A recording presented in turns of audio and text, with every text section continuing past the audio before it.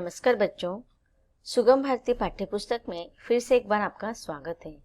आज हम पाठ क्रमांक 15वां पढ़ने जा रहे हैं, जिसका शीर्षक है स्पष्टवादी।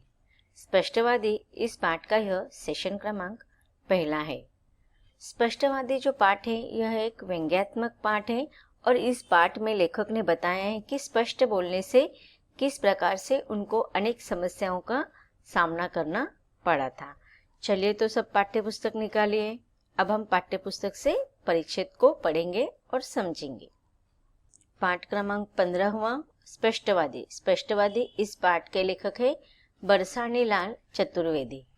स्पष्टवादी का अर्थ होता है कि सच बोलना, केवल मात्र सच्चाई का साथ देना या सच को उजागर करना, इसे हम स्पष्टवादी कहते हैं या स्पष्ट बोलना कहते हैं। अब इस पाठ में लेखक बरसानीलाल चतुर्वेदी इन्होंने उनके स्पष्टवादी इस स्वभाव का उनको किस प्रकार से समाज में कौन से समस्याओं का सामना करना पड़ा, इसका वर्णन परिच्छेदों में दिया है। देखते हैं परिच्छेद को, शुरुआत करते हैं। विद्यालय में पूज्य गुरुदेवों ने हमेशा यही शिक्षा दी है कि मनुष्य को सच बोलना चाहिए, स्पष्टवादी बनना चाहिए। आप लोगों को भी देखो, बचपन से आपके पेरेंट्स ने, आपके माता पिताजी, घर पर भी और स्कूल में भी आपको हमेशा नैतिक गुणों को स्वीकार करने के लिए कहा गया है। तो इन नैतिक गुणों में सबसे महत्वपूर्ण जो गुण होता है वह है सच बोलना, स्पष्ट बोलना। तो अब यहाँ पर लेखक कह रहे हैं कि स्कूल में ही हमें हमारे शिक्षकों ने, हमारे गुरुजनों ने हमेशा हमें यह शिक्षा दी है, यह सीख दी है कि हमें किसी भी स्थिति में सच्चाई के साथ नहीं छोड़ना चाहिए, हमें हमेशा सच बोलना चाहिए। किसी को धोखे में रखना पाप है, ऐसा करने वाले को नरक में जाना पड़ता है।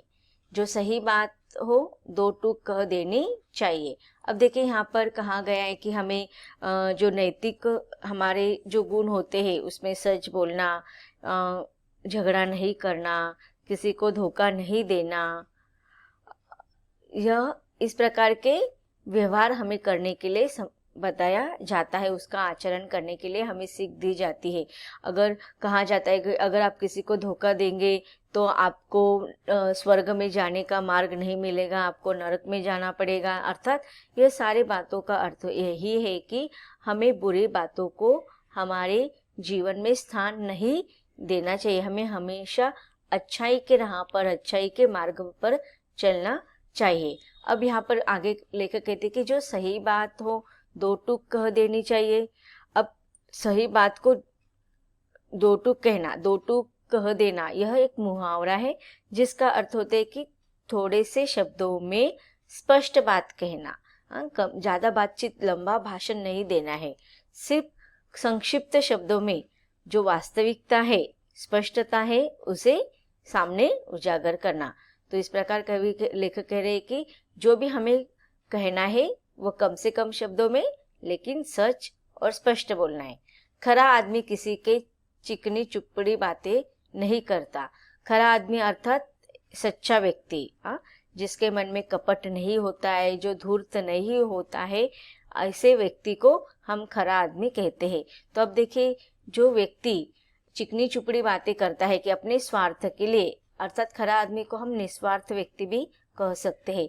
तो अब देखिए, अपने स्वार्थ के लिए लोग क्या करते हैं, चापलूसी करते हैं, अपना स्वार्थ, अपना मतलब निकालने के लिए सामने वाले व्यक्ति से झूठ बूठ की उसकी प्रशंसा करते हैं, स्तुति करते हैं और अपने काम को निकाल लेते हैं। तो ऐसे चिकनी चुपड़ी बातें करते हैं। तो वह ऐसे व्यक्ति को जो अपने स्वार्थ के लिए चिकनी चुपड़ी बातें कर सामने वाले व्यक्ति की झूठी प्रशंसा, झूठी तारीफ, झूठी स्तुति करके, उसकी चापलूसी करके व्यवहार करने वाले व्यक्ति को हम खरा व्यक्ति या खरा आदमी नहीं कहता। तो जो सच बोलने वाला व्यक्ति होता है, जो स्पष्टवादी होता है, वह कभी भी किसी की स्तुति नहीं करता है, बिना मतलब झूठी प्रशंसा नहीं करते हैं और किसी की चापलूसी भी नहीं करती, किसी चिकनी चुपड़ी बातें वो नहीं करते हैं। अब आप ही बताइए, जानबूझकर कौन नरक में जाना पसंद करेगा। अब देखिए, लेखक कहते हैं कि बचपन से हमारे माता पिता ने, हमारे गुरुजन वर्गों ने हमें यही शिक्षा दी है कि हमें झूठ नहीं बोलना चाहिए, हमें किसी को धोखा नहीं देना चाहिए, नहीं तो हम क्या हो जाएंगे, नरक में, मृत्यु के बाद हम नरक में जाएंगे। अब ऐसे कहने पर कौन नरक में जाना चाहेगा, अर्थात कौन झूठ बोलेगा? नहीं, तो सब लोग स्वर्ग में जाना चाहते हैं। तो स्वर्ग में जाने के लिए सबको सच बोलना सीखना चाहिए। सच बोलना और स्पष्टवादी होना हमारी समझ में सबसे सरल लगा। अब देखिए, लेखक कहते हैं कि मुझे ये बहुत आसान और सरल बात लगती है। क्यों? क्योंकि देखो, सच बोलना और स्पष्टवादी बोलना, ये सच में कहीं एक झूठ बोलने से कहा जाता है ना कि अगर हम एक झूठ बोलते हैं तो एक झूठ बोलने के लिए हमें 10 झूठ और ऐड करना पड़ता है। इससे अच्छा है कि हम एक सच या एक स्पष्ट बात कहे और इतने 10 झूठ बातों से हम बच जाए। इसीलिए लेखक कहते हैं कि कभी भी सच बोलना और स्पष्टवादी बोलना यह बहुत ही सरल स्वाभाविक बात है। सच्चाई और स्पष्टवादिता में न धन खर्च होता है, न शारीरिक कष्ट होता है। अतः हमने बचपन से ही स्पष्टवादी बनने की गांठ बांध ली। अब देखिए, सच बोलने से झूठ बोलने में नुकसान होता है। एक तो एक झूठ बोलने के लिए हमें कई सारे झूठ बोलना पड़ता है, फिर उसको छुपाने के लिए हमें कभी कभी हमारा पैसा भी खर्च हो जाता है, हमें शारीरिक कष्ट भी होता है। तो इसीलिए लेखक कहते हैं कि सच बोलना, स्पष्टवादी स्वभाव रखना, ये बहुत ही सादगी वाला या स्वाभाविक सरल, बहुत ही आसान बात है। और इसमें न किसी प्रकार का शारीरिक कष्ट होता है, न ही धन खर्च होता है। और इसीलिए लेखक कहते हैं कि बचपन में ही मैंने हमेशा सच बोलना अर्थात स्पष्टवादी बनने की गांठ बांध ली थी। आगे लेखक कहते हैं कि हमारे प्रिय मिस्टर रौनक लाल को भाषण देने का मर्ज है। अब देखिए, यहाँ पर लेखक अपने जीवन के कुछ आए हुए अनुभव का उदाहरण हमें दे रहे हैं, जिसके द्वारा वो हमें बताना चाह रहे हैं कि किस प्रकार से मानवीय स्वभाव की जो कमजोरियां होती है उस पर व्यंग्य दिया है। मैंने आपको शुरुआत में ही कहा है कि ये पाठ है, यह व्यंग्यात्मक पाठ है। इसमें लेखक ने भले ही सच बोलने से, स्पष्टवादी स्वभाव के कारण उनके साथ अच्छा अनुभव नहीं आया था, लेकिन उसका व्यंग्यात्मक वर्णन यहाँ पर लेखक कहते हैं कि उनके एक प्रिय मित्र थे जिनका नाम था मिस्टर रौनकलाल, और उन्हें भाषण देने का बहुत ज़्यादा शौक था। अर्थात उनको एक बीमारी थी कि बात वो हमेशा ऐसे मौका देखते रहते थे कि वह अपने कहीं पर भी कोई भी मिल जाए, कोई भी साधन मिल जाए, कोई भी व्यक्ति मिल जाए, जहाँ पर भी जाए वो अपना भाषण देना शुरू कर देते थे। राजनीतिक सम्मेलन हो, साहित्यिक गोष्ठी हो अर्थात बैठक हो, अथवा रिक्शे वालों की हड़ताल से संबंधित सभा हो, वे भाषण देने की चेष्टा अवश्य करते हैं। अब देखिए, हर व्यक्ति के अलग अलग स्वभाव होता है, अलग अलग वृत्ति होती है, अलग अलग प्रवृत्ति होती है।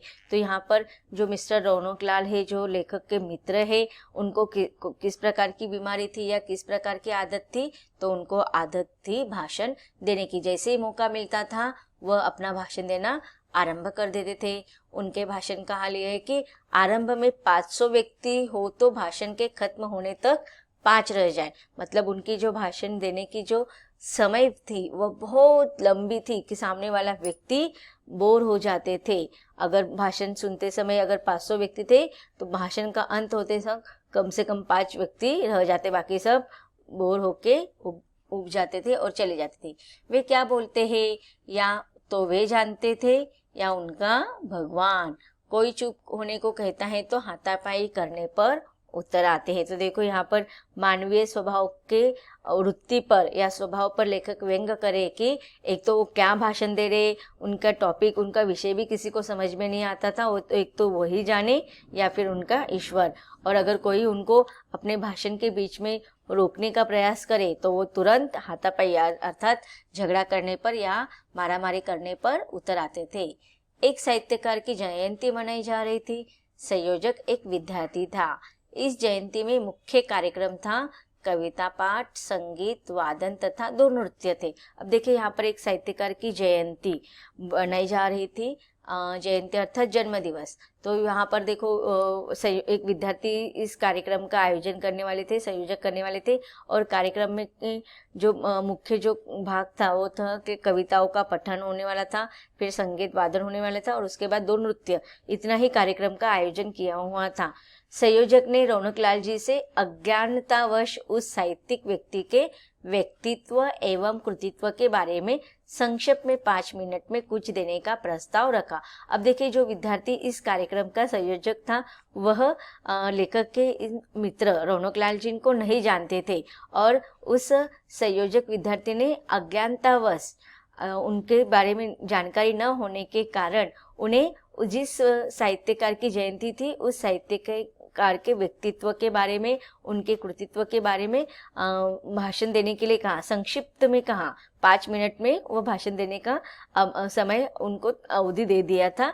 लेकिन अब देखिए रौनकलाल जी कैसा व्यवहार करते हैं।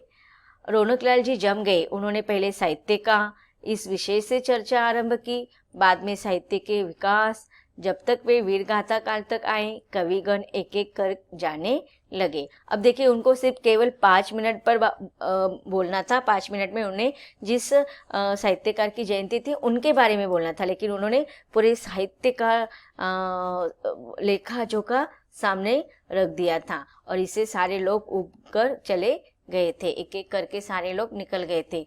अब संयोजक की हिम्मत नहीं पड़ रही थी कि रौनकलाल को रोके। रौनकलाल जब तक रीतिकाल पर आए, एक एक कर एक संगीतज्ञ जाने लगे। अब देखिए, संगीत वादन का कार्यक्रम था, कविता पाठ का कार्यक्रम था, और 2 नृत्य भी होने वाला था, लेकिन वो कार्यक्रम धरे का धरे रह गया। ये सारी चीज़ें कुछ भी नहीं हुए। जो भी प्रेक्षकगण आए हुए थे या कविता पाठ सुनने के लिए जो आए हुए थे, सारे एक एक करके चले गए। अब जो संयोजक विद्यार्थी था, अज्ञानतावश जिस संयोजक विद्यार्थी ने रौनकलाल को बुलाया था, वो तो बीच में उनको भाषण उनका रोकने की हिम्मत भी नहीं कर पा रहा था। एक सज्जन ने हिम्मत करके रौनकलाल के पास चिट भिजवाई, कृपया भाषण 5 मिनट में समाप्त कर दे। रौनकलाल ने चिट पढ़कर उसे फाड़कर फेंक दिया। वह तो चीट देने वाला समझदार था। अब देखिए, किसी की हिम्मत नहीं हुई कि उनको जाकर रौनकलाल को जाकर बीच में रोक दे, लेकिन एक व्यक्ति ने हिम्मत की, लेकिन वह रौनकलाल ने उनकी चीट फाड़कर फेंक दी, और वह चीट देने वाला जो व्यक्ति था ना, वो बहुत समझदार था। चीट देने वाले व्यक्ति ने क्या समझदारी दिखाई थी कि जो चीट देने के बाद मंच से 9-2-11 हो गया, वरना उस पर वही हाथ पड़ जाते, तो वह व्यक्ति वहां से भाग गया था। 9-2-11 हो जाना, भाग जाना। भाषण के उपरांत रौनकलाल ने मुझसे कहा, कहो भाई, मेरा भाषण कैसा रहा? सच्चाई और स्पष्टवादिता के चक्कर में मैंने उनसे कहा, आप निहायत बदतमीज आदमी है, सारे उत्सव का सत्यानाश कर दिया। आपको समय का ज्ञान होना चाहिए। दूसरे आपसे जिस विषय पर बोलने को कहा गया था उस पर बिल्कुल नहीं बोले। अब देखिए, लेखक का जो स्वभाव था वह कैसा था? सच्चाई को उजागर करना, मतलब झूठ नहीं बोलना। स्पष्टवादिता और सच्चाई के कारण रौनकलाल ने जब लेखक से पूछा तो उन्होंने जो सच्ची बात थी उनके मन में बोल दिया। उन्होंने क्या कहा कि आप बदतमीज हो, आपने पूरे कार्यक्रम को विनाश कर दिया, सत्यानाश कर दिया, क्योंकि आपको समय का महत्व नहीं है, समय का ज्ञान भी नहीं है, दूसरों का भी समय आपने बर्बाद कर दिया। साथ ही में आपको जिस विषय पर बोलना चाहिए था वो विषय बिल्कुल भी आपने नहीं बोला। बस लेखक ने सच्चाई बात उस रौनकलाल के सामने बोल दी। फिर क्या था, मेरे उनसे गुत्थम गुत्था हो गई, अर्थात उनका झगड़ा हो गया, लेखक का ही अपमान हो गया। धन्यवाद है उस व्यक्ति का जिसने उनसे मुझे अलग किया। हम दोनों के कपड़े फट गए थे, रौनकलाल का चश्मा भी टूट गया था। इस चक्कर में मेरी कीमती पेन जाने कौन ले गया। मैंने उसकी कोई परवाह नहीं की।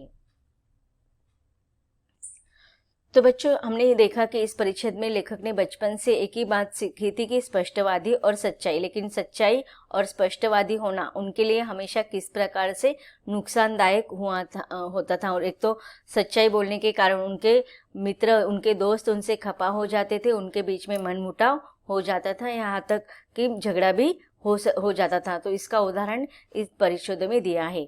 आगे हम देखते हैं कि लेखक के सच्चाई और स्पष्टवादी स्वभाव का उनके जीवन में क्या असर हुआ। इसका अध्ययन हम इसके अगले सेशन में करेंगे। धन्यवाद।